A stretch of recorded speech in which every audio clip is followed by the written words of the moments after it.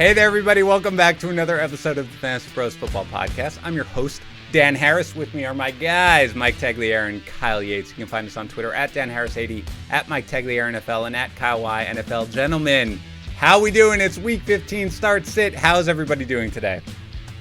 Good. Yates, how are you, buddy? I'm good, man. I actually have some energy, which could be due to the fact that I'm drinking a double espresso right now, but I've got energy. It's mid-afternoon. We've got to record. We got to get everyone ready for their Week 15 playoff matchups. I think I actually might have the most energy on this podcast for once. Yeah, let's just pull the curtain back a little bit, because that's what we do here at the FantasyPros Football Podcast. We were talking about it coming right before we started recording, and I was like, you know what, guys? I don't know. I'm beat. I am tired. I am worn down. I do like Week 15. I feel like I've got to really prep it up. And Tag's like, yeah, man. Yeah, you know, I feel you, Dan. Like, that's where we are. And Yates is like, this is the first time I've prepared for this podcast all season long. Wow. I'm ready to go. Here I go. Yeah, I'm telling everybody, buddy. I mean, look, Tag spends 7 hours preparing for this podcast each and every week. I start preparing for this podcast the week before. You apparently just roll in here and you're like, whatever, I'm going to see what's going on. And today you were like, I'm so ready for this. So this is what I love. It starts it show. I mean, if people are listening right now, they have to make the decisions. They cannot go wrong. Okay, Yates? So you are the only person who apparently is dedicated enough to prepare for your first show ever in Week 15. So you're going to be carrying us. Are you ready to do that? Do you accept the challenge? Challenge accepted. Wonderful. I love it. Okay, so before we get into it, reminder, we have our giveaway as we always do. We're giving away a signed James Robinson helmet. You guys, look, leave a review for the show. Even if you aren't entering into the contest, leave a review for the show. Helps us out, makes us feel appreciated, even the mean ones. I mean, whatever. We grow from them. We get better. And also, try to win the signed James Robinson helmet. Go to fantasypros.com/contest to submit your review. Couldn't be easier. Again, that's going to run through the end of December, so you got a couple more weeks. But go ahead and get on that. All right, guys, you know what we do here with the Start Sit Show. We talk about the guys we like, the guys we don't like, but let me first run through very quick news. If I missed anything, you two pointed out to me. Drew Brees looks unlikely to play this week, so you're probably going to get another matchup from Taysom Hill. Henry Ruggs is on the COVID-19 reserve list. He is out for this Thursday's game against the Chargers. John Brown has been designated to return from injured reserve, so he could play as soon as this weekend. Matt Breida was activated from the COVID-19 reserve list, so you have another Miami running back that you can choose not to start this week. The 49ers opened the practice window for George Kittle. Guys, real quick, do you think we're going to actually see George Kittle back on the field this week? I'll throw it to the person who prepared for this podcast. Yates, what do you think?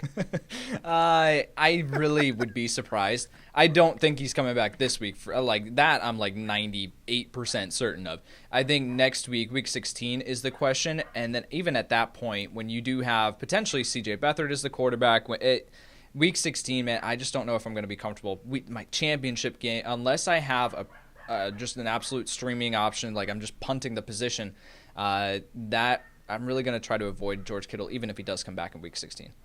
Tags, if you make it to Week 16, let's say you've been streaming the whole time. George Kittle is back. Are you really going to say, sorry, George Kittle, not worth my time? I don't know if I'm going to do that. If he plays, I think you have to play him. It really sucks, though. But the thing is that the 49ers have done a really good job this year keeping players out until they're actually healthy. Deebo Samuel is someone, even when he came back at the start of the year, they eased him back in. But then we learned with Raheem Mostert, we learned with Tevin Coleman, like they weren't rushing these guys back at all. It was like they were taking their time. I don't know. It like when you unless you have Travis Kelce or Darren Waller or I guess Mark Andrews maybe fits into that conversation. T.J. Hawkinson, I think might be a guy who I'd be like, okay, you're here. I'm going outside that tags, Robert right? Tonyan. Outside of that, you got to start him, right? Robert Tonyan. I don't think Tonyan's there. What do you think, Tags? I mean, I was the doubter on Tonyan for a long time, but I've gotten to the point where I'm just like, you know what? Screw it. I mean, like, if you look at that guy's targets, I think I pulled the stat in the – I'm going to pull it up here real quick because I really want to see what it is. In terms of the passes that have been thrown his way, 52 passes have been thrown to Robert Tonyan this year. He has only let 6 of those passes hit the ground. Yeah. He has 9 touchdowns on 52 targets. Like, Aaron Rodgers playing at an MVP level. Teams can't stop Devontae Adams. They're going to continue to try and scheme him. Even though Tonyan's only getting like 5 targets per game, he's catching every single one of them, and it seems like he's catching a touchdown every game. So, I It would probably come down to the matchup, to be honest with you. Tonyan's George Kittle, if you're listening, 4 on the season. Just yeah, to throw that whatever. Whatever. crazy. George Kittle, if you're listening, I'm the only one who supports you, okay? Because I'm putting you in the lineup over Robert Tonyan. Robert Tonyan, if you're listening, I also support you. But still, it's George Kittle. Let's not go crazy here. All right, moving on to the rest of the news. DJ Moore returned to practice. He is likely to play this weekend. Lions center Frank Ragnow fractured his throat last week and is questionable for this weekend, guys. He's not playing. I want you to remember that. Okay, I want you to remember Frank Ragnow. The next time you guys are like, this is if you're Next wondering time I why stub my toe and Correct. I'm complaining about it. and if you're wondering why I'm like screaming into the mic with crazy energy, it's because I looked at Frank Ragnow and I was like, you know what? What am I doing? I'm like letting it. I'm just like, whatever. Hi guys, how you doing? I got to bring it. Frank Ragnow, you're our hero. I hope you can play, man. That's amazing. Finally, Daniel Jones apparently sprained his ankle last week, in addition to his hamstring injury. So his status is very much in doubt this weekend. I personally am not expecting him to play, and I'm going to be ranking as such. All right, let's do some start sit here, guys. You know what we're going to do. Players outside the guaranteed starts, players we're fading, all the good stuff. Let's start with running backs. And Yates, we're going to start with you this week. Let's start with a running back who is outside the top 20 currently in our half PPR ECR, who you're looking as a start this week. Yeah, absolutely. I'm going to go with Melvin Gordon, guys. RB22 in ECR. He's RB18 in my ranking, so not a super crazy jump. But looking at the matchup here, the Bills are allowing 4.6 yards per rush attempt this season, and they're allowing 1.2 rushing touchdowns per game. But here's the other part of it is that Melvin Gordon has been extremely efficient over the past couple of games. And yes, he's still splitting work with Philip Lindsay for some reason. Here's the thing, though. Philip Lindsay has only amassed 77 total yards on 36 total touches the past 3 weeks. Newsflash, that's not great. So I think at some point you can see this coaching staff say, we're going to go with the guy who's moving the ball, and that's Melvin Gordon. So in a plus matchup here against the Bills, I'm fine starting Melvin Gordon too, especially when you factor in that he's getting 3 to 4 targets per game. He's coming with a safe floor, and I think there's an excellent chance that he finds the end zone here. So RB22 in ECR, I've got him a little bit higher. I could see him even rising as we go throughout the week. Yeah, tags, we talked about it in the start to the show where it was supposed to be the court date, and then it got pushed back, so we were concerned. How do you feel about Melvin Gordon this week against Buffalo? I mean, that's what you do, right? You try to attack the Bills on the ground if you can. It does feel that way. I mean, they've allowed 11 total touchdowns to running backs through the 13 games. Volume has been average against them, 26.6 touches per game by running backs, and that's the only part that's concerning to me is because Philip Lindsay, despite the fact that he's been extremely inefficient, they continue to give him a lot of work. Like over the last 3 games, he's totaled just 70 yards on 34 carries. Meanwhile, they've given Melvin Gordon just 6 more carries, and he's totaled 230 yards. It's probably foolish of us to expect that to just change overnight. And at the same time, the reason I like Gordon a little bit more, and I probably agree with Yates here, is that Gordon is the primary passing down option. This game should have a negative game script. With the way that the Bills' offense is playing, with the way they're moving the ball right now, and then adding in the fact that Denver is down their top, or 4 of their top 5 cornerbacks, they should be able to move the ball pretty much with ease down the field. So I would think if it's a negative game script, you're going to see Melvin Gordon out there in the passing game role. He should get the goal line carries. So I have him as the number 20 running back on the week. So I'm 2 spots higher than consensus. So it's nothing crazy, but I do like him. I've got him 21 as well. All right, let's do a little Who Should I Start? Remember, we have a Who Should I Start tool where we can see who fantasy managers are asking about in terms of should I start player A or player B. And again, this one's a little tough here, Yates, because we don't know for sure that he is going to play. There is some optimism that he will, and that is Ronald Jones at Atlanta. Would you prefer Melvin Gordon or Ronald Jones? Oh, man. When you factor in that he's dealing with that injury, even if he does play, right, like that could hamper him a little bit. So I've got Ronald Jones right now at 22. I've got Melvin Gordon at 18. Even if Jones is declared active and he plays, I'll probably still play Gordon over Jones. How about you, Tags? Yeah, I would much rather play Melvin Gordon. Yeah, Ronald Jones, I mean, I don't know what's going on with him right now, but I have him down at 30 because even if he plays, I don't think he gets a usual workload that he typically would. And Atlanta's the best team in the league defending the run on the ground. Going through the air is a different story, but again, with that finger, I don't think that you could depend on him to catch any passes. So Ronald Jones, even if he plays this week, I'm low on him. Hey, can we talk about that for a second? Because I know we're going to get questions about this all the time. We're going to need more information. We're going to have to read Coach Speak. I did read an article about what essentially the Bucs plan would be absent Ronald Jones, it sounds like it would be mostly kind of Leonard Fournette getting more of the early down work and maybe McCoy being the passing downs back. But let me throw it to you. I know, guys, it's early in the week. It's Wednesday, and we don't know exactly what's going on. But fantasy managers, we're probably not going to talk about Leonard Fournette or LaShawn McCoy necessarily, or maybe we would. But how would you feel about those guys, Yates, right now, off the top of your head, assuming that we learn that Ronald Jones is out against Atlanta? How would you feel about those guys? Yeah, I think McCoy, I'm not going anywhere near him personally. And for week 15, I'm not going near 33-year-old, 32-year-old LaShawn McCoy. Leonard Fournette is the intriguing one. I think I would probably put him right at like RB 24, 25. So again, Tags mentioned it. Atlanta is actually a pretty stout matchup here against opposing running backs. Even though we saw Austin Eckler just gash them with his work through the receiving game, I think that you kind of just have to bet on that with Leonard Fournette, and the way that he's dropped passes this year, I don't want to bet on that. Yeah, and ever since Antonio Brown was added to this team, they're not targeting their running backs anymore. Like, you go back to where before why would you? Yeah, well, it's true. No, I'm with you, but Antonio Brown's been hyper inefficient as well. Yeah. So, but it's noteworthy because that's what was giving Fournette value earlier in the year in terms of like his pass game usage. So if that's not there against Atlanta, that's definitely worrisome.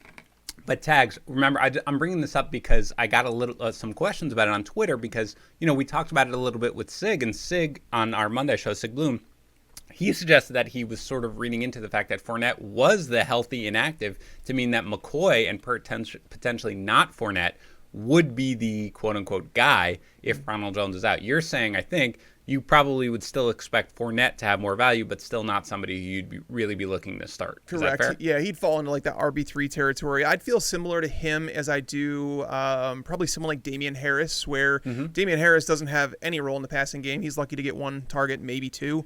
So if he doesn't score, he's kind of screwed. Leonard Fournette, I don't think it's that bad with him because he probably should catch a few passes in that game, but it would be RB3 territory. He's not a must start by any means, but he's someone that you'd consider just because he'd be locked into, a dozen touches. All right, back to Ronald Jones, assuming he starts Yates. Would you prefer to start Ronald Jones again against Atlanta or Zeke against San Francisco? I would go Zeke there, but I would not be excited about it. How about you, Tags? Zeke. Yep, I agree with that one. Last one, would you rather start Ronald Jones, Yates, or Wayne Gallman against Cleveland? I'll go Gallman there. How about you, Tags? Same. Gallman. All right, very good. Tags, let's get to your guy. Who's somebody outside the top 20 in ECR who you're looking to start this week? I've really been opposed to Kareem Hunt being ranked as high as he's been over the weeks, over and over and over and over again. And then last week, obviously, it pans out, and I'm kind of like, well, damn, that sucks. But if you thought that the Browns were going to score 42 points against the Ravens, I guess I would have ranked them higher. But at the same time, this is a matchup where they really should have enough production out of both running backs. The Browns running backs have combined to average 28.1 carries per game. The Giants, meanwhile, have only faced 19.8 of them. So when you look at the numbers that they've allowed on the ground, you're kind of like, oh, that's not that great. But then you start saying the Browns are going to get carries. Like, their running backs get their carries. That's going to happen. And it's like, all right, I'm anticipating 30-plus touches for the Browns running backs in this game because, seriously, I don't know how the Giants put points on the board. I started going through that game. I wrote it up, and I don't like anybody on the Giants, to be honest with you. And even Wayne Gallman losing some goal line carries to frickin' Alfred Morris and Dion Lewis. It's like you can't even have high expectations for him, which really sucks. But so basically this goes down to hating the Giants, their offense, not even know who's going to be the quarterback because it seems like Daniel Jones is probably going to miss a week. So therefore, right. Colt McCoy, this is a game the Browns need to win. The Browns are going to walk in there. Baker Mayfield might throw the ball 25 times. And when he does throw the ball, running backs have been targeted a ton. 22.9% of the targets against the Giants have gone to running backs. That's the most in the league. And then we did see Kareem Hunt see a season-high 7 targets last week. So there's things trending in his direction, but this is more has to do with the fact that it is a uber talented run game going against a team that looks better on paper against the run than they actually are just because there's been volume concerns against them. And to be honest with you, the Giants have been a pretty good pass defense, so I don't anticipate Baker doing a whole lot through the air. This is all about Nick Chubb and Kareem Hunt, so I have them both as top 20 running backs. Yeah, I had the under in the Baltimore-Cleveland game, so slightly missed on that one and the way that game was going to unfold. Tags, let me ask you, we mentioned him, of course. How about Melvin Gordon versus Kareem Hunt? I have Kareem Hunt one spot higher. How about you, Yates? I'll still go Gordon there. I've got Gordon at 18. I've got Kareem Hunt at 21.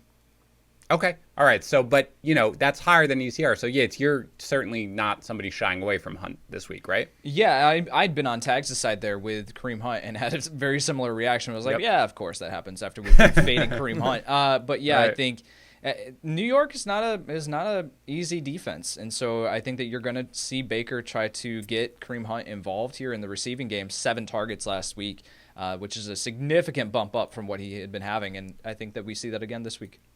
Okay, yeah, I mean, I have no problem with him. I have him 23rd. But again, there are 2 things. That's right where ECR is. And Tags, I don't know if I got your number. What number do you actually have Kareem Hunt at? 19. Okay. So, look, 19 and 23, not a huge difference, really, when we're looking at it. But, yeah, I mean, I was not expecting that game that we got from necessarily. And I have also been fading him, after we talked about it for a while. But, yeah, I've got no problem starting him this week. Is it cheating if I mention Jeff Wilson here, guys? Because I imagine that Jeff Wilson is a guy. Actually, are you guys ranking Raheem Mostert to play right now? Either one of you? When I wrote up that game, I was expecting him to play, so I haven't really adjusted since then. But Jeff Wilson would be someone I'd absolutely like. If Raheem Mostert's out, which it seems like it's trending that way, I am going to move Jeff Wilson probably to RB 17. Yeah, right now he's 19th for me, and I'm ranking him not playing, but my guess is I'm going to move him up because that was just kind of a ballpark sort of let me see what happens without Mostert, because I'm assuming Mostert's going to be out in this game, right? I mean, they're probably not going to the playoffs. Mostert's dealing with it. He's got the MRI in his ankle. I don't know. Have we heard the results of the MRI yet? Because I've been looking at it. I'm looking it up. Yeah, I haven't seen anything on the results yet of his MRI. But for me, I mean, he's a guy who's ranked 26th. I don't even hate him there, even if Mostert plays, because I think at the very least it's going to be difficult to see Mostert getting a full complement of snaps, a full complement of touches. And if you're going to tell me that, I mean, Tags, you kind of just mentioned it. If you're going to tell me at this point that Jeff Wilson is going to be the guy there, now he's not going to take 100% of the touches suddenly. And given that it's a Kyle Shanahan-led system, you'd probably see Tevin Coleman come in randomly and get 25 touches and Wilson get 3 or something like that. But against the Cowboys, I don't know. I'd pencil him in for probably 18 touches. I think there'd be a high likelihood of a score. So he's 26th right now in ECR. And again, I assume that takes into account some people assuming that Mostert's going to play. But he'd be a guy who I would start absolutely. So would you start moving Tevin Coleman or Jerick McKinnon anywhere near your rankings? Like, if someone's borderline and they're talking about starting someone like, I don't know, let's just say like a Lynn Bowden. Would you consider someone like, Jerick McKinnon? No. The answer is no, and it's a firm no on that one, just because look, if you're telling me that I've got that, Kyle Shanahan has come out and been like, these are the 2 San Francisco running backs that I'm willing to give carries to, and they are Raheem Mostert and Jeff Wilson, and one of them goes down, basically because I'm forced to, I'm going to say, okay, well, Wilson, I'm going to rank you as a starter, and I'm going to be willing to throw you out there in my semifinals. I don't care about anybody else. You can't get me to trust another Kyle Shanahan back unless he would come out and specifically say, this is what's going to happen. And we know that that's not going to be there. So a guy like Lynn Bowden, who I know essentially probably, and we're going to talk about him a little later, who I know is going to get, a minimum amount of targets just because there's nobody else out there, I would greatly prefer him to either Tevin Coleman or Jerick McKinnon. What about you, Tags? You wouldn't be willing to trust either of those guys, would you? No, I just wanted to throw it out there as a conversation piece just because I think some people would naturally think, well, there's been 2 running backs viable in the Cowboys. There could be 3 running backs that have actual fantasy value against them, to be fair, especially when there's a run-first team, especially when Deebo Samuel's out, George Kittle's out. They're just limited in their options, and teams have run the ball. I think it's like 52%, the highest percentage in the league have run the ball against Dallas. So it makes a whole lot of sense for them to run the football a lot. Yeah. It's anything on Mostert? Nope. Didn't see anything. There's nothing as far as his results of his MRI. And again, if he plays, I do think you can get away with Wilson as a flex because we saw last week, even after the fumble, like he's going to get involved. You've got a decent chance that the goal line work, but I'm without question starting him if Mostert is out, and I'm doing it with a high degree of confidence, which probably means he'll get 3 touches on the week. Okay, let's get to wide receivers. Yates, start us up. Who's somebody who's ranked outside the top 30 who you're looking to start this week? Yeah, I'm going to go back to Marquise Brown here. Wide receiver 34 in ECR. I've got him at wide receiver 30, so it's not a crazy difference here. But yet, touchdowns in the last 3 games, even though he has struggled with drops, you're starting to see Lamar Jackson kind of bounce back here as a passer. You're starting to see Marquise Brown become more involved in this offense, and it's particularly because of this matchup. The Jaguars are allowing the 6th most fantasy points to opposing wide receivers this season. So when you take all that into account, you know that Marquise Brown has been performing here recently. You look at the matchup, and you, of course, you look at the targets and where else they're going in this offense. It's Mark Andrews and then no one else, right? Willie Snead, 3 targets. Like, that's just kind of it. So I think that you can comfortably rely on Marquise Brown as that like low end, even mid-range wide receiver 3 who does present some ridiculous upside because of this matchup. So, Tags, what do you think of Brown this week? I mean, again, last week, God, he's got all the drops. It looks terrible. If you're rostering him, if you're starting him, you are pulling your hair out, and then you get that huge play there once Lamar Jackson comes in the game. So how are you viewing Brown this week against Jacksonville? I like him as a wide receiver 3. He has seen 22 targets over the last 3 weeks, at least 6 targets in every single game. And that's the stat I have here is that there have been 2 wide receivers who have finished outside the top 40 against the Jaguars while seeing more than 5 targets. So therefore, Brown is going to see that. He's always seeing that, ever since he basically posted that social media, that message saying, use your soldiers, whatever the hell it was. He deleted it. But Harbaugh acknowledged it and said, we need to get him more involved. And they have since that time. And he's actually performed this matchup. CJ Henderson's been out for quite a while. They've been missing Sidney Jones for a while. I don't know if those guys are going to come back. But at the same time, it's not a great defense. They're just not generating any pass rush. Lamar Jackson has been getting his confidence back as a rusher and as a passer. He's completed, I think, 70% of his passes in 3 of his last 4 games. So Marquise Brown is in the wide receiver 3 territory, yeah. Yates, would you prefer to start Marquise Brown or podcast favorite Tim Patrick against Buffalo? I'll go Brown there. How about you, Same. Tags? Same, I'd go Brown. I'm going Patrick there. I get it. They're right in the same range. My one worry on this is I know to the extent the Jacksonville defense has a quote-unquote strength, I guess it's their run defense, though not really anymore. It was earlier in the season. But I don't know. It just strikes me as they're just going to run nonstop with Baltimore, and I don't know. I get it, Dan. You CPAs. You guys got to stick together. That's true. But Dan, correct. aren't you worried? So here, I want to talk about Patrick for a minute, because are you worried about Tim Patrick getting Tre'Davious White in coverage? A little bit. I think we're at the point now where Patrick's been good enough where teams aren't like, Jerry Jeudy's not that guy that we have to shadow. And if they're playing sides, Tim Patrick will see more of Tre'Davious White. I am a little bit worried about that, and it might speak more to my hesitancy to go ahead and start Brown. And again, I have them they're right next to each other, which is why I'm asking about them necessarily. I am nervous about Tim Patrick because of that very reason.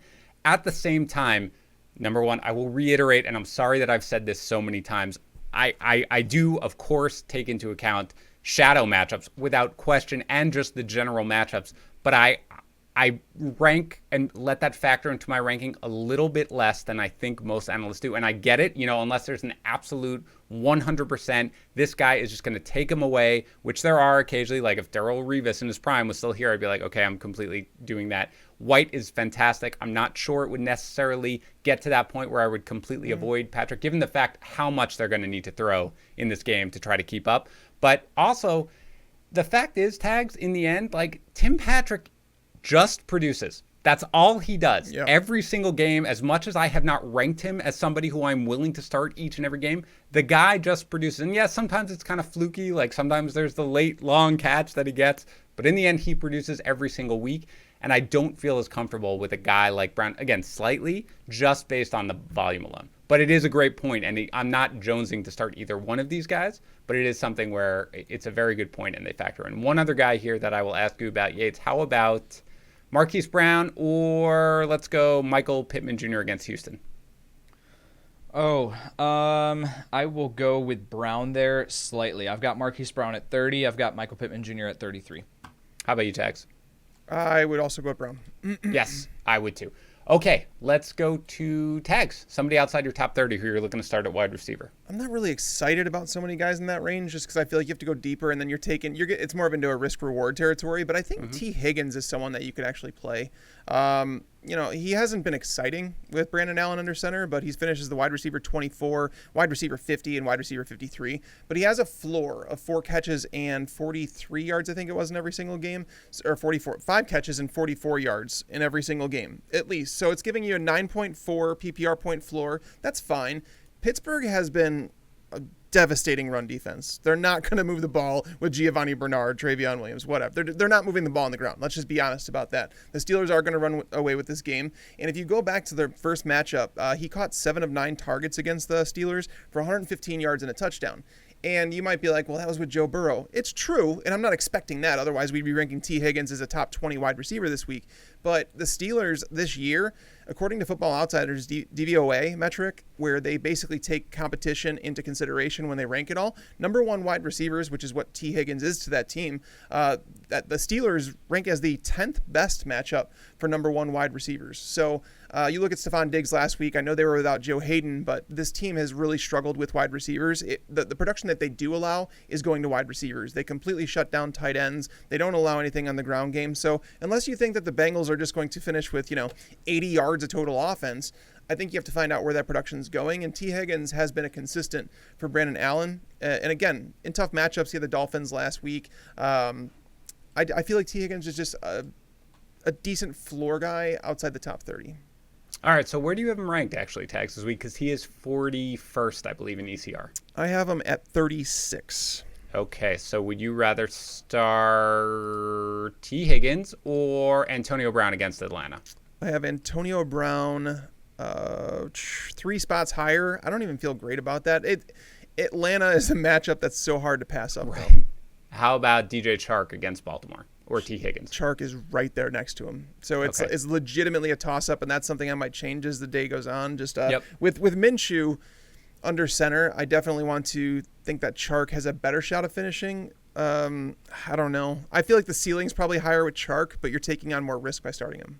Yeah. All right. What about you? How do you feel about Higgins? I get tons of questions. I don't know about you guys in the start sit shows about, basically all Bengals wide receivers. And I just always feel uncomfortable with wherever I have them ranked. Yates, how do you feel about Higgins this week?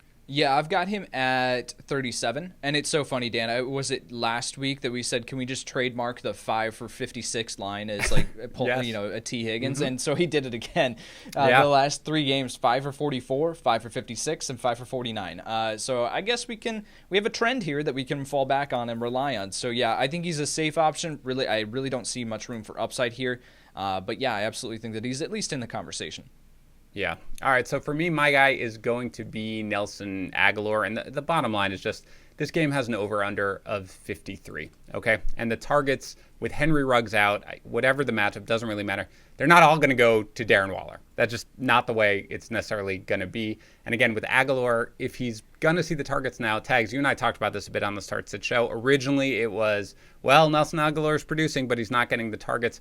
Now he is getting the targets. The production isn't over there, but over the last 4 games, 9, 6, 11, 9, he's just a guy who, again, they're going to need points to put up here. Agholor is going to see enough workload, and he still has the dropsies and whatever the matchup, but he in the end I'm going to follow the targets on this one. So for me, him being ranked, I believe, as the 37th wide receiver this week in half ECR, it's a little lower than where I have him. So I'd like to get actually Tags' thoughts. What do you think about Agholor here? It's a Thursday night game. How are you feeling about him coming into this one? I have him at 38, right behind T. Higgins. So I think he's in that range where I think he's more of a risk-reward play, where you understand the risk that you're taking by putting him in your lineup, because there has been games where you think he's going to get targeted and then he walks away with like 1 or 2 targets.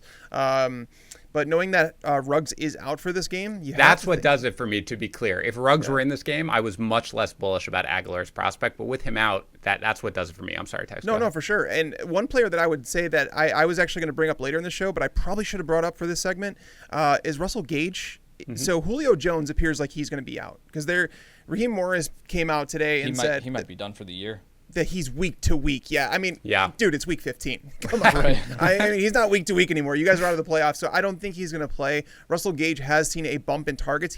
Him and Calvin Ridley are the ones that have benefited from Julio Jones being out of the lineup, because Ridley's, his target volume goes up. Sure, he sees a number 1 corner, but Calvin Ridley's just as good as that number 1 cornerback. Yeah. And Russell Gage is seeing a lot of those dump offs, whereas Hayden Hurst, there's something going on with him. I basically tried to figure out what was the connecting thing where, why did Hayden Hurst the last 3 weeks, why has he struggled? He did pop up in the injury report those 3 weeks ago, and it's like, is there an injury there that basically has slowed him down? But regardless, he hasn't played very well without Julio in the lineup. They have 0 run game. Todd Gurley's not going to do anything on the ground against Tampa Bay. So Russell Gage, if Julio Jones is out, I think we have to start thinking about Russell Gage as a maybe top 30 option in that Cole Beasley territory.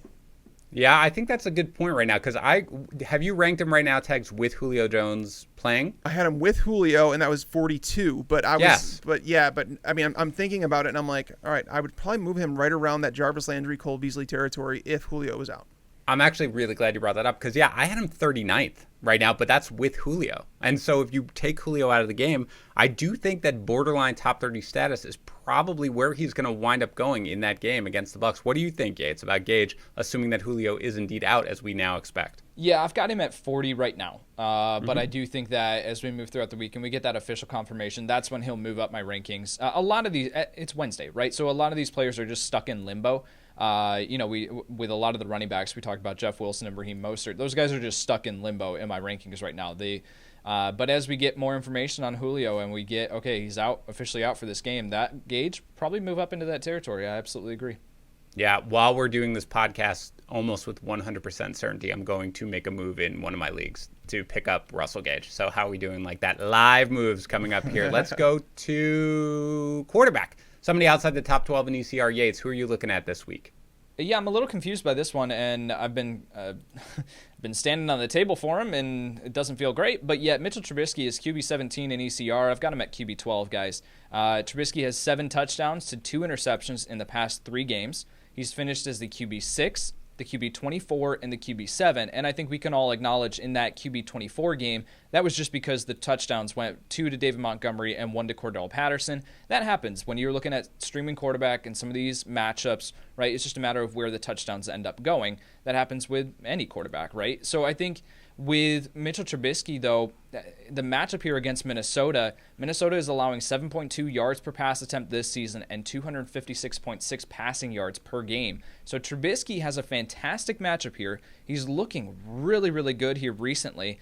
And this offense has shifted to utilizing his strengths, getting him out on the move, play action boots, like just utilizing his athleticism and allowing him to throw on the run, which he's always excelled at. So it's been a change in offensive philosophy, and they're putting up points. I want pieces of this too, of this game. So I think Mitchell Trubisky is someone that you can absolutely look at and continue to plug in as a streaming option. Tags, what do you think about Trubisky? Oh, I don't know how I feel about little Mitchy Poo. What's crazy? Trubisky has thrown 3 touchdowns in half of his starts this year, which is just crazy. I mean, I don't know. The Bears have totaled 25, 30, and 36 points over the last 3 weeks, but Trubisky, I've talked about this before, and he's like a creature of habit. And, every time Yates, when he goes to play the Lions, everybody was like, why do you have him ranked so high? I'm like, because he dominates the Lions every single time. Matt Patricia's defense, it's just he had their number. And Mike Zimmer, he hasn't. If you go back and look through the games against the Vikings, Trubisky has not thrown a touchdown, I don't think, in the last 3 starts against them.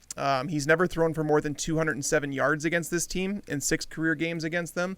So that's my concern here. Now, sure, the Vikings defense isn't what they were in years past. Thank you. But I started going through that. Like 2000, they were the 9th, 12th, and 11th pass in terms of against quarterbacks. This year they're 15th. So it's not like they're middle of the pack.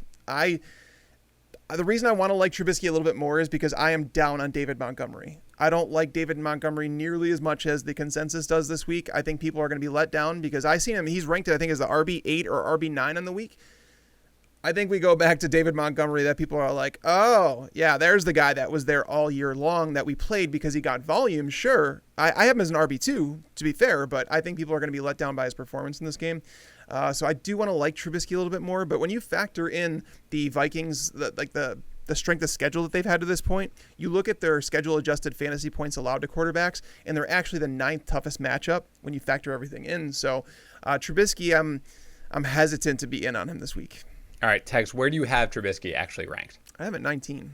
Oh, okay, that's so. I think you can probably break this tie. Yates, we talked about it yesterday on the on the waiver wire live stream. We had not done even our first cut of our Week 15 rankings, but we were talking about Hurts and Trubisky. You said that you expected you would rank Trubisky higher than Hurts. Did you wind up doing that? Yes, we'll talk about Hurts in a little bit.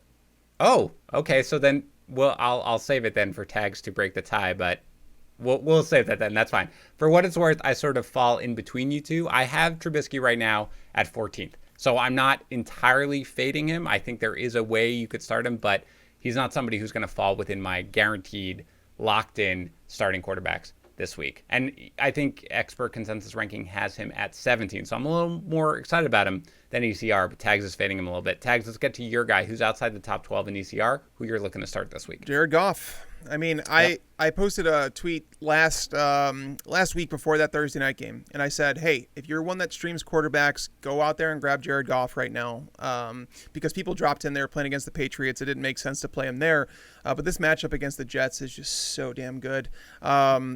People could talk about, well, the game script's going to be a problem and this and that. Well, if they're going to blow out the Jets, they need to put points on the board. And the bottom line is that running backs have not been that great against the Jets. I mean, if you start breaking that down, and there's a reason that Cam Akers is not like a top 5 running back play this week, because the Jets have not allowed tons and tons of production. Now, there's been a lot of volume, and I do expect Akers to be in that high-end RB2 conversation. But the reason is that everybody throws against the Jets, and yes, the Jets suck, and yes, the Jets are not going to put points on the board, and yes, there's going to be game script concerns. That's been the case all year long. Yet they've still allowed 295 passing yards per game and a league-high 28 passing touchdowns. So Jared Goff, Sean McVay's a smart guy, right? Sean McVay, I always say this, is that these coaches understand what they have to do. The Rams are going into the playoffs. Now, do they need Jared Goff to have sky-high confidence, or do they need him to just hand the ball off every single game, like all the time? They need him to play well. They need a confidence builder. This is that matchup that you can do it in against the Jets. Even if he throws an interception, it's not like you're going to get too down on him, because the Jets aren't going to score. So it doesn't even matter. They have a 30.5 point team implied total. I am starting Jared Goff this week. Okay. What does that mean? What does I am starting Jared Goff mean? Where is he in your rankings? I have him as my number 11 quarterback right now. Jared Goff or Tom Brady? Oof, I have Brady one spot higher, but I might change that as the week goes on, though, because Brady has not looked particularly good. But again, it's Atlanta, but the Jets are like the same thing. So I'm really torn on that one, to be honest with you. Yeah, I'm going to have to make that very decision in a playoff matchup, so I'm just going to keep asking you that once every day, and then you're going to make the decision for me. How about Jared Goff or Taysom Hill against KC? I'll go Goff.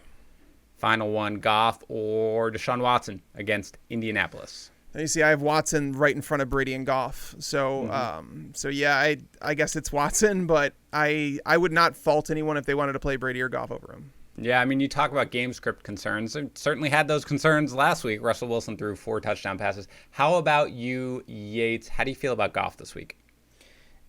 Going into it, I was like, oh, man, I don't know if I really want to roll the dice with Jared Goff, because Seattle's been playing a lot better. Their secondary's been playing a lot better here the past 3 weeks. And then I went and looked at their matchups, and I was like, oh, that's why. Looking at Seattle has played Sam Darnold and the Jets, the New York Giants. Was that Daniel Jones or was that Colt McCoy? Oh, you're talking about so against the Jets. I'm sorry, the Jets. The Jets. Believe me, dude, I've done that.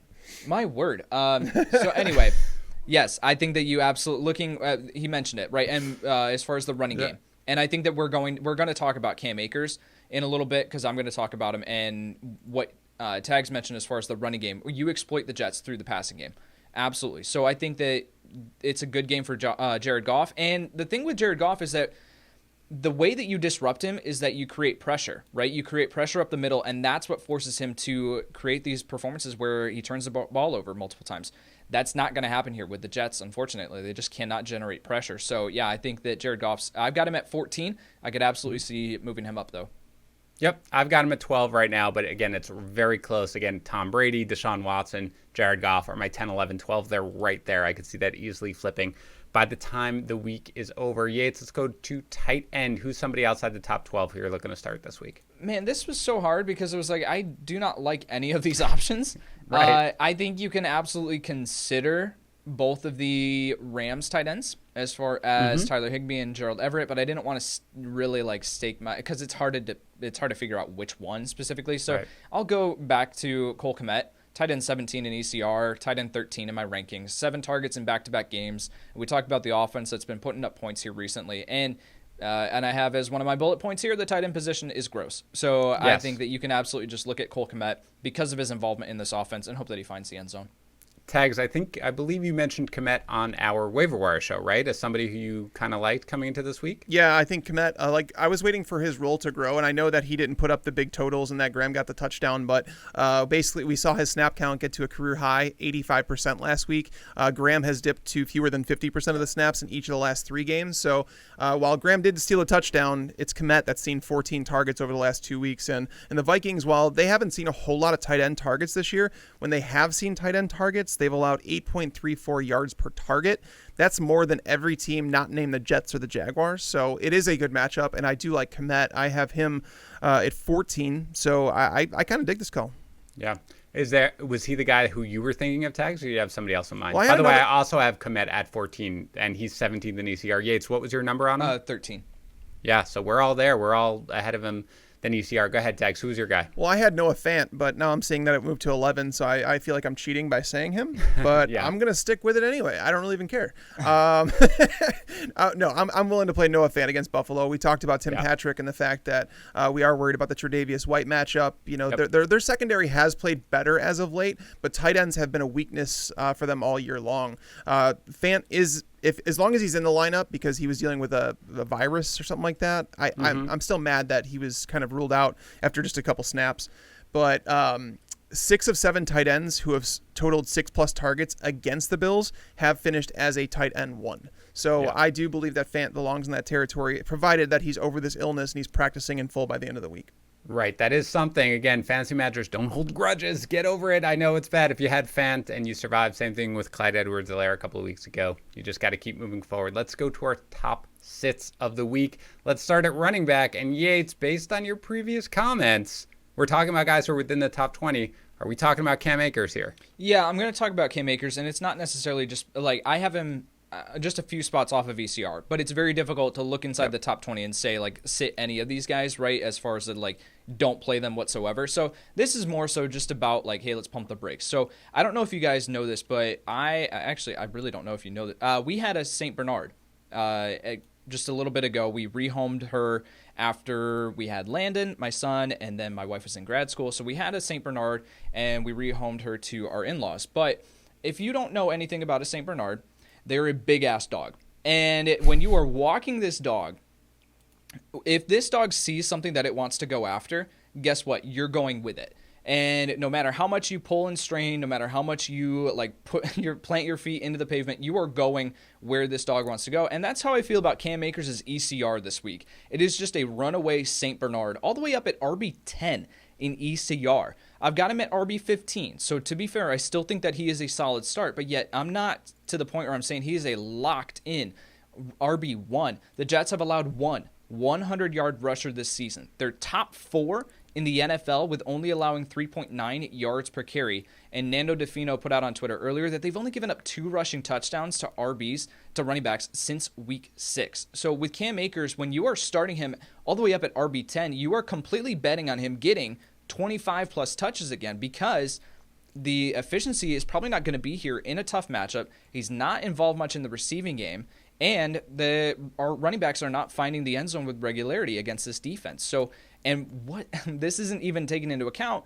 what happens if Sean McVay, now I'm not projecting this, but what happens if Sean McVay comes out here and goes, hey, you know what? We're going to give Cam Akers 15 carries this week. We're going to give Darrell Henderson 9. We're going to give Malcolm Brown 3, but we'll give him 2 targets, right? Like, just what happens, that has to be taken into account, too. So I want to pump the brakes here with Cam Akers a little bit and say, let's not go crazy here. Let's not get him up into the RB1 territory. I still think that he's a mid-range running back, too, that does come with some risk.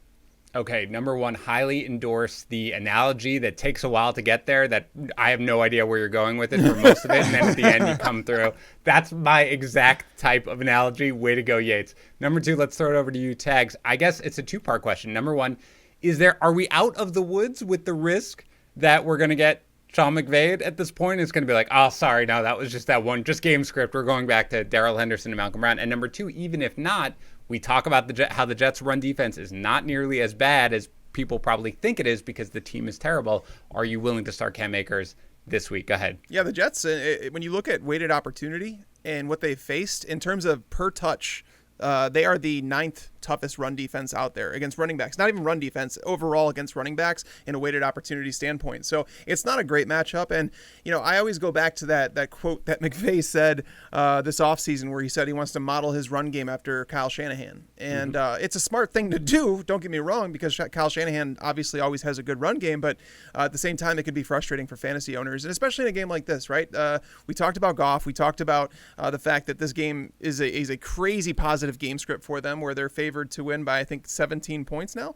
So it's possible that they say, hey, we've been preserving Cam Akers all year long. Why the hell would we use and abuse him now? I mean, it was a very important game on last Thursday night, and now that's the part that makes me lean in a little bit to it to say, well, he got 29 touches or 31 touches in that game. 31 touches, in that game that they were clearly well ahead. That game was never in doubt in my opinion. Right. So that's the part that makes me be like, okay, maybe they are going to ride Akers because they want to keep, Darrell Henderson fresh to eventually bring him in.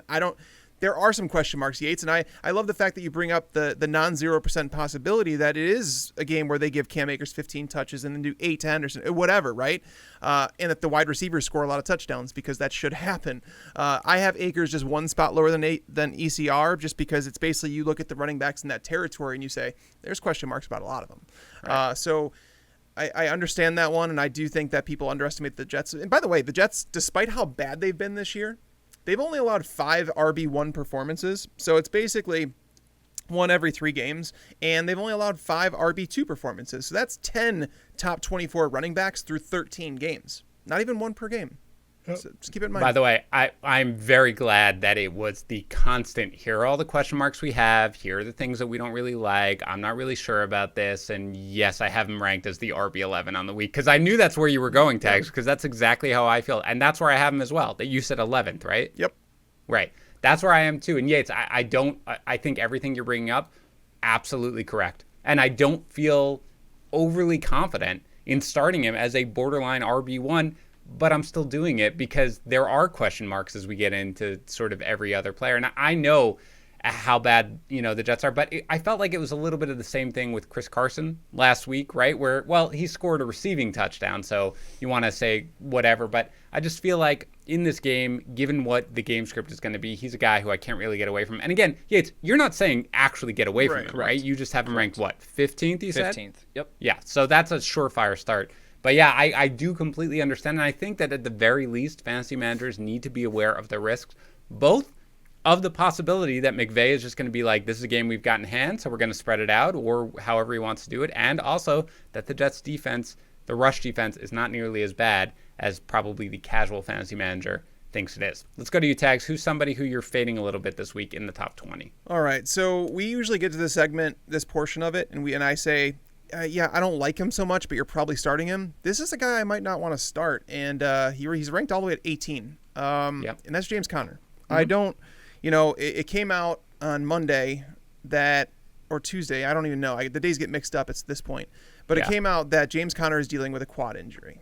And I think it's convenient after he gets 18 yards on 10 carries that they say that. Now, it's not just a one-game sample size where James Conner has struggled. It's been quite an ongoing thing for him recently, even going back to the Week 10 matchup against this Bengals team that everybody wants to run the ball against. I get it. I believe me, when I started writing up Conner this week, and I thought, yeah, he's going to be a running back you want to play. But the more you look at it, the more you're kind of like, I don't know, because the Steelers are a team that even in positive game scripts, they're throwing the ball 58% of the time. That's the second most in the NFL.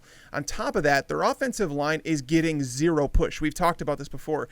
1.07 yards before contact is what they're getting. James Conner is not a guy that's been breaking a whole lot of tackles. He looks run down, to be honest with you. I don't know if COVID took a toll on him, but he looks like he's dealing with something. And this has been a common theme with him over the years, to where we get towards the end of the year, whenever he got in that workhorse role, it's almost like he wore down. This same exact Bengals defense, when James Conner was healthy in Week 10, he rushed 13 times for 36 yards. He caught 2 passes for 12 yards. This game's on Monday night, right? And we have to worry about this quad thing. We have to worry about them dialing back his reps because he is dealing with that quad injury. I don't like him at all. Even if he plays, right now I have him at 28. I would probably rather play someone like Nyheim Hines than James Conner this week. I'm so mad that you have him ranked that low, Tags, because I was like, oh yeah, ECR 18. I have him 26th, which is basically what almost always happens on this podcast. I have Hines ranked ahead of him. I'm absolutely with you. Now, if Connor is out and Snell plays, I would feel much more comfortable starting Benny Snell in this matchup than I would if James Conner, even if we figure out that he's going to play, because Snell it's not like Snell he hasn't been a world beater or anything like that. Problem. The offensive line, you mentioned it, 0 push. Now, Tags, for me, I certainly see the scenario coming into this game where it's like, okay, look, we cannot do this at this point because this what we have where Ben gets the ball out in 2 seconds and they're all short passes, like, looks like defenses might have caught on to this a little bit. We can't run the game. We've got to figure out a way to establish this running game. It's a great spot to do that against Cincinnati. Let's try to do that. I can certainly see that scenario going. We're saying we have to try to get this worked out. But even so, I can't trust Connor. I just can't. I will look for any other reasonable option. Yates, are you fading him as much as Tags and I are? I've got him at 25. I actually would be very surprised if he suits up in this game. Mm-hmm. Yeah. Even if he does, I'm just avoiding. I mean, let me throw a couple names out there, guys. James Conner, because I'm going to talk about the guys who are ranked right. I have ranked right ahead of him. James Conner, Tags, or Wayne Gallman against Cleveland? Gallman. Yates. Gallman. How about Hines, Yates? Because Tags and I both said we'd start Hines. Hines against Houston or James Conner? I would still start Conner. I'm not confident in Hines. Did I miss something? Like why? I'm not why confident, do you guys but have he Hines? actually has a ceiling. Right. Yes. When you guys both said Hines, I was like, crap, what did I miss? Like, I missed some sort of news. It's what Houston. Did he do? That's it. It's Houston. Houston. Hines is 25th in ECR. I'm 26th, and Tags has Connor 28th. So that's all you've missed. But no, I mean, in the end, he'll get his touches. Wilkins is at, again, this is not turning into a start your Naheem Hines. Certainly not. But it's more of a fade. That's how much we're fading James Conner. So we're all on the same page. That was definitely my guy. Let's go to wide receiver here, Yates. Let's talk about somebody within the top 30 then that you're looking to fade a little bit this week. Who you got? Let's stick with the Steelers. Let's talk about Chase Claypool. Wide receiver 28 in ECR. I've got him down at wide receiver 36. Going from 36 routes run in week 12 to 22 in week 13 and then 23 in week 14. And that 23 might be a little bit skewed because of Deontay Johnson being benched. So what happens if Deontay Johnson actually comes back and is a full starter in this offense? You're seeing, meanwhile, James Washington has seen his routes run jump up from 16 total routes run in week 12 to 29 and 31 each of the past 2 weeks. So he's now past Chase Claypool in this offense. We've talked about it. So I think if you are starting Chase Claypool as a top 30 receiver, you are completely betting on him reeling in a deep touchdown. And that's just not a place that I'm really comfortable being. So I've got him down at wide receiver 36 while his ECR is 28. How about you, Tags? I want to give a shout out real quick to listener Paul B. I'm not going to give out your last name, Paul, because I don't want to do that. But I just want to say thank you for sending me. He actually linked me an article because he heard us talking about in the podcast about Claypool's snaps being demoted, and we were kind of wondering what happened there. So he forwarded me a link to Mike Tomlin interview where he basically said that he doesn't want Chase Claypool hitting a rookie wall. Not that he's hit that wall, but he just wants to make sure that he doesn't get overworked and that they're keeping his snaps in check. So that's basically what it's come down to. However, he's only seen fewer than 6 targets once. I mean, it was one game where he didn't see that, and there's been games here or there where Juju gets there. There's games where Deontay Johnson got there against the Ravens earlier this year. So I don't want to panic too much. I do understand the thought behind it, but this is a matchup where obviously the Steelers have the Bengals number. All 3 of the Steelers wide receivers, the last time they played, finished as top 12 options. You can't make this stuff up. Like, I didn't think that was possible in a game, but they all finished as top 12 options. Claypool caught 4 balls for 56 yards, 2 of them being touchdowns against the secondary. Now, to be fair, they were down 1 starting cornerback for that game, which the Steelers, rightfully so, they took advantage of that. But I don't want to totally freak out. I have Claypool at 28. I'm not extremely confident in him, but at the same time, it's like, I don't want to forget about him because he still has seen 6 targets, I think, in 7 of the last 8 games or something like that. I'm on Team Yates here. I have him 34th. And again, that's not quite as, I think you said 36 Yates, but I'm 34th. Yeah, first of all, rookie Walt, come on, man. I mean, the guy is playing at such a high level, and you've lost the last 2 games, okay? Maybe you should think about getting him in there. And Tags, even if you've got 3 wide receivers that go off against the Bengals, how do we know that it's going to be Claypool as the third one and not James Washington, who's caught touchdowns the last 2 games? That's what worries me a little bit with Claypool. And again, I am in a league that, I reference this a lot because I'm so weak at my second wide receiver spot. And every week now I'm looking at like, well, I really want to start Chase Claypool, but I picked up Russell Gage. Maybe I should do that. I have Tim Patrick and trying to choose. I want it to be Claypool. I want Claypool to be that guy. But this, the fact that his snaps are down so much, and I get that, he was still kind of seeing the targets, but it makes me worried, Tags. I mean, we all have him wide receiver 3, but I definitely am lower on him, I think. No, it's fair, and you guys bring up good points, and I think that there's an argument to be made for him to be outside the top 36 wide receivers. There's also obviously an argument to be made for him to be inside the top 30, but I could definitely see it though. All right, Tags, who is somebody who's in your top 30 who you're fading a little bit? I mean, this is going to Yates. This is like Yates territory here, where he basically went bold on it. So I'm like, well, screw it. Let's talk about a guy that I am worried about. Tyler Lockett. Guys, he has finished with fewer than 13 PPR points in 7 of his last 10 games. Yep. So this is like I don't want to say a mini rant, but it's something. I get so sick when people tell me this player finished as the wide receiver 10 in 2017. He was a wide receiver 1. That is the stupidest argument that you could bring to the table. I swear to God, because you look at Tyler Lockett. Lockett is not a wide receiver 1 in fantasy. But on the season, he's the wide receiver 10 right now. Do you know how many weeks he's actually finished as a wide receiver 1? Stop it. Stop doing that, guys. But looking at the matchup here against Washington, they've allowed the 3rd fewest wide receiver points per target in coverage, behind only the Rams and the Ravens. DK Metcalf is the guy who's going to get his. He's got his all year, no matter the matchup. But when you look at this matchup against Washington and you say, what's the best matchup on the field? Is there a reason? Because it's almost like we have to start finding a reason to trust Tyler Lockett in fantasy lineups rather than look for a reason to avoid him, right?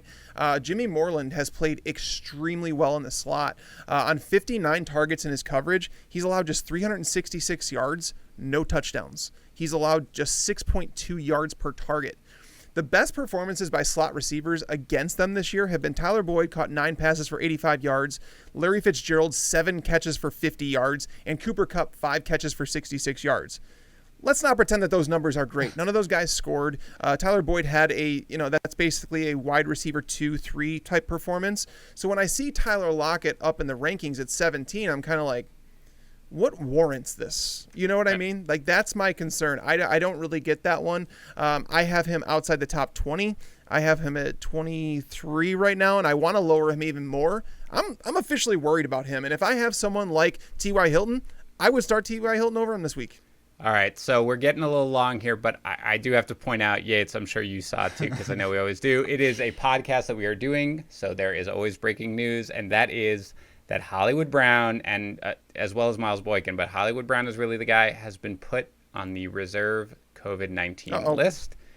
Rap just tweeted that out. So now you know when we do our podcast, you can go check the timestamp on Rap's tweet. But that is something we talked about Hollywood Brown. We're going to leave it in, okay, because that's what we do. But yeah, we talked about Hollywood Brown earlier, so fantasy managers should know that. I mean, you know what? We'll get into the Yates book Friday. Okay, Friday we're going to get into the implications of what we're going to do with the Baltimore receivers. Tags, as for Lockett, I've got him 24th. I completely agree. Tags, do you think he's finding an injury? Because I feel like you floated that maybe a little bit on our Sunday recap show or something. One of you guys has floated that. Is it possible that you think he's fighting an injury? I don't, there's been times in the past where he's struggled to play through injuries, so you do wonder that. But there's been some big Stop. Yep. Ronald Jones has now been placed on the COVID-19 list. Yay! Fun show, boys. What? I'm so sorry. So I'm sorry that I interrupted you, Tex. Okay, so here's what we've got. Okay, this is we're playing a little jazz, no big deal. Okay, for Baltimore. Okay, we talked about Hollywood Brown. You can forget about that. Okay, when you go back and listen to this 3 more times like I do, I have four time minimum listen for any podcast.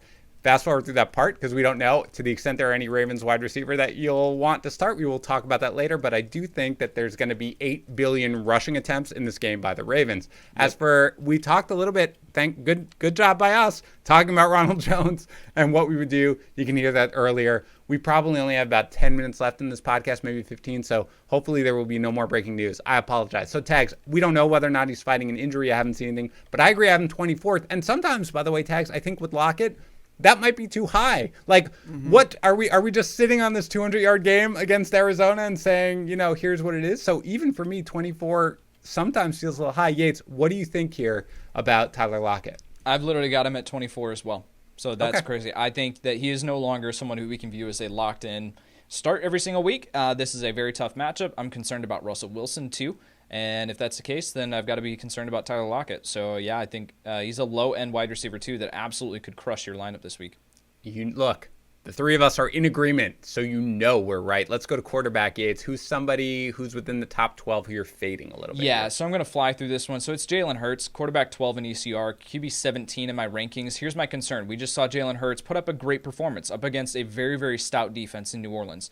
My concern here, and what I went back and watched the tape on, is that I saw the New Orleans edge defenders continuously crash inside, right? Create pressure inside. And what that did for Jalen Hurts was allow him to be able to just simply go, okay, I'll roll out, utilize my athleticism, and just create after or extend the play with my legs, pick up the rushing yardage there and on a scramble. And so what I think you're going to see here from a talented defensive coordinator, a very smart defensive coordinator in Vance Joseph, is they're going to say, all right, we're going to set contain on the edges. We're going to tell our edge defenders just keep him contained in the pocket, and we're going to force him to beat us as a passer. And now what you can also do is don't forget that Arizona has Isaiah Simmons and Budda Baker on their defense, who are two athletic freaks. What you could absolutely see is Isaiah Simmons sitting in the middle of the field, and Vance Joseph just say, you've got the middle of the field. When the play breaks down, chase down Jalen Hurts. And so, and based on Isaiah Simmons being 6'4", 240, running a 4.4 flat, I think we could absolutely see him succeed in that. So you're going to see designed runs. You're going to see Jalen Hurts pick up some rushing yardage. I'm not saying that he's someone that you should completely avoid this week. I've still got him in the streaming conversation, but ECR is jumping way ahead and saying, yeah, we're starting this rookie quarterback up against a talented defense here, and we've got in week 15, right, such a crucial week. I'm pumping the brakes here and saying, hey, he's a streaming quarterback. I would only go to him if you absolutely have no other better options, and I would start Mitchell Trubisky above Jalen Hurts this week. Tags, Yates and I debated this on the Waiver Wire live stream, so break the tie. How do you feel about Hurts this week? I'm probably in the middle between you guys. I feel like he's better than Yates is making him out to be in terms of the play against the Cardinals. Looking at the Saints defense in terms of what they had done with quarterbacks, they came into that game allowing the fewest rushing yards to quarterbacks. I think it was 68 rushing yards to quarterbacks coming into that game. In that game, so even if the scheme was incorrect on the Saints' part, he rushed the ball 18 times. That is the league high for quarterbacks. Like that, right. It's higher than Cam Newton. It's higher than Lamar Jackson. It's higher than all those. Kyler Murray, all of them. Okay, 18 times. The next highest was 16. So when you have a quarterback who's basically rushing like a running back would, a good running back at that 18 carries, you're like, well, that's obviously really good for his floor. And then you add in the fact that the Cardinals this year have allowed the 5th most rushing yards to quarterbacks. Russell Wilson rushed for over 40 yards against them 2 times. That you obviously want to contain someone like Russell Wilson. They couldn't do it. Josh Allen, 38 yards rushing. Cam Newton, 46 yards rushing. So they have allowed tons of rushing production to quarterbacks this year. So when you look at that, you're like, okay, there's the floor. So anything you get through the air is going to be basically on top of that. That's the part that you actually have to worry about. I think Jalen Hurts offers a really, really solid floor as a streamer. I don't think he has a ceiling to finish as a top 5 quarterback because he's just not there as a passer just yet. But yeah, I like him. So where do you have him ranked exactly? Exactly. I have him, I think it's at QB 13 or 14. Yeah, QB 14. Okay. I've got him 13, but Yates, just to sort of hammer the point home, I mentioned earlier, I have Yates 13. I have Trubisky 14. So not crazy for me to say, I'd prefer to start Mitchell Trubisky over Jalen Hurts. But I do think he's somebody, again, both these guys are slightly outside the top 12, but people who I think you can start and get away with it if you have to. How about you, Tags, within the top 12? I mean, this Jalen Hurts is actually, he's ECR's inside the top 12. I have him outside of there. But if you want me to just say someone I'm actually a little bit worried about in terms of expectations, it'd be Russell Wilson. He's struggled against some good pass rushes as of late, and if you look at his game logs before last week against the Jets, people were legit worried about Russell Wilson. I'm not going to, if he struggles in this game a little bit, I'm not going to be worried about him. It's just a really, really good Washington defense that brings the pass rush. So, I mean, I think the expectations are going to be too high for him this week, whereas if he finishes with, let's call it 18 to 20 fantasy points, I think you should be pretty happy. All right, Yates, how about tight end? Somebody in the top 12 you're not exactly feeling this week. Yeah, super quick. I mean, he's outside the top 12 for me. He's tight end 14 in ECR, but that is still like on the edge of people considering playing him. Hayden Hurst has now finished inside the top 40 tight ends just once out of the past 4 games. I'm not going near him. Yeah, I mean, we've talked about Hurst a little bit. Tags, do you agree you're avoiding Hurst this week? Yeah, I'm not big on him. I think Dallas Goedert is the other one that I would consider. Zach Ertz, his snap count went up again last week, and that's only going to rise. So they're starting to split, obviously, the targets. And Jalen Hurts doesn't throw nearly as much as Carson Wentz was, so it's going to hurt his ceiling. So I have Goddard outside the top 10. All right, how about our top deep sleepers? A running back outside the top 36. Quickly go ahead. Yates. I'll go with Lynn Bowden. If you do see, even if Matt Breida is active, which I do expect him to be, I still think that you're looking at Mike Gesicki, most likely out for this game. Jakeem Grant, week to week. You're looking at Devontae Parker, most likely going to miss this game too, last I heard. So they need pass catchers, and Lynn Bowden's actually a pretty talented pass catcher. Receiver at Kentucky, played quarterback for them his senior season this past year, but yeah, he showed that he can get it done. So yeah, if you're looking for a sleeper, someone that you can plug in, he's RB40 in ECR right now. This is a guy who's going to be in tons of my lineups this week, so man, I'm nervous. Tags, real quick, how do you feel about Lynn Bowden this week? I like him. I think that there's a lot of reasons to be excited about him, just considering the lack of options that the Dolphins have. It's going to be a very boring game, but if you're looking for boring production, I think he could be popped in there as someone that's going to get 6+ targets, probably going to get a couple carries, and it's kind of like a Curtis Samuel type play. Maybe not as much explosion, not as good as an offense, but if you're looking for a floor, I'm fine with him.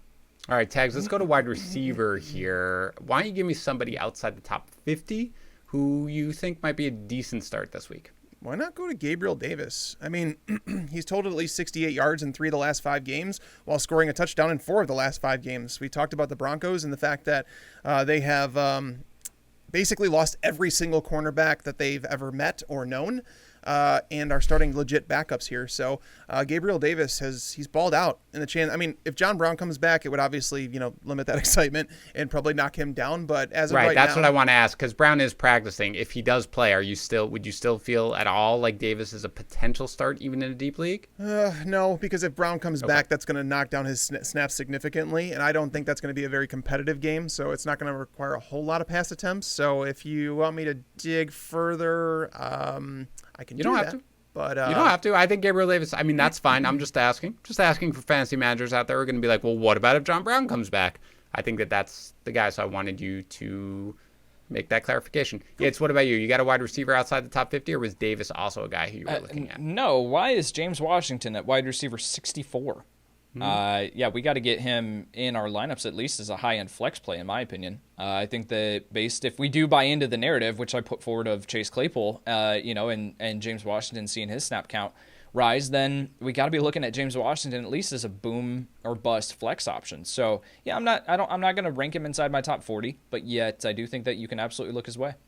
And Tags, you're more thinking that it's probably going to be Claypool. I mean, we're all ranking Claypool ahead of James Washington, but any interest for you in James Washington? I mean, I have him 10 spots higher than ECR, so I'm not forgetting about him. I'm not saying that there's a non-zero chance here, but I'm also not someone that's writing off Claypool. Washington, he hadn't seen, I think, more than 4 targets up until last week. So, and I think that probably didn't come so much from Claypool, but it came more from the fact that Deontay Johnson was benched for an entire quarter and a half.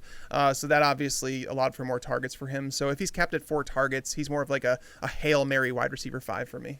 All right, let's real quick preview tomorrow night's game between the Chargers and the Raiders. I kind of think this is just a start everybody sort of game here. I mean, Austin Eckler probably, you guys correct me anytime I'm wrong, but Austin Eckler probably a top 5 option. I guess what I'll ask for you about Keenan Allen is, He returned to practice today, but obviously he left last game. He had the hamstring. Any hesitation whatsoever about starting Keenan Allen given the potential injury, or if he starts, he's way too talented, too good a matchup. You are 100% throwing him out there in your semifinal. I could not bring it. I could not even debate benching him if he's playing. I just wanted to make Same sure. here. I got that. I was doing a little Reddit AMA today. Got that question a lot, being like, I'm too scared. I was like, I don't care. Throw him out. Just like for you guys to back me up. How about Mike Williams? Of course, he left the last game with a back injury. He's practicing now. If he suits up in this one, are you starting him tags? He's not someone that I would feel it necessary to start. Just concerns about a back injury. Those things can pop up at any point. I've dealt with them my entire life, so they're not fun. I don't think he's a must start at all. It's more of like, who are you comparing him to? I think I would rather play Nelson Agholor. I'm avoiding Mike Williams basically at all costs right now because, again, with his injury history, regardless of the matchup, I'll find somebody else to start wherever I'm. How about you, Yates? You agree with that one? There's too much risk involved.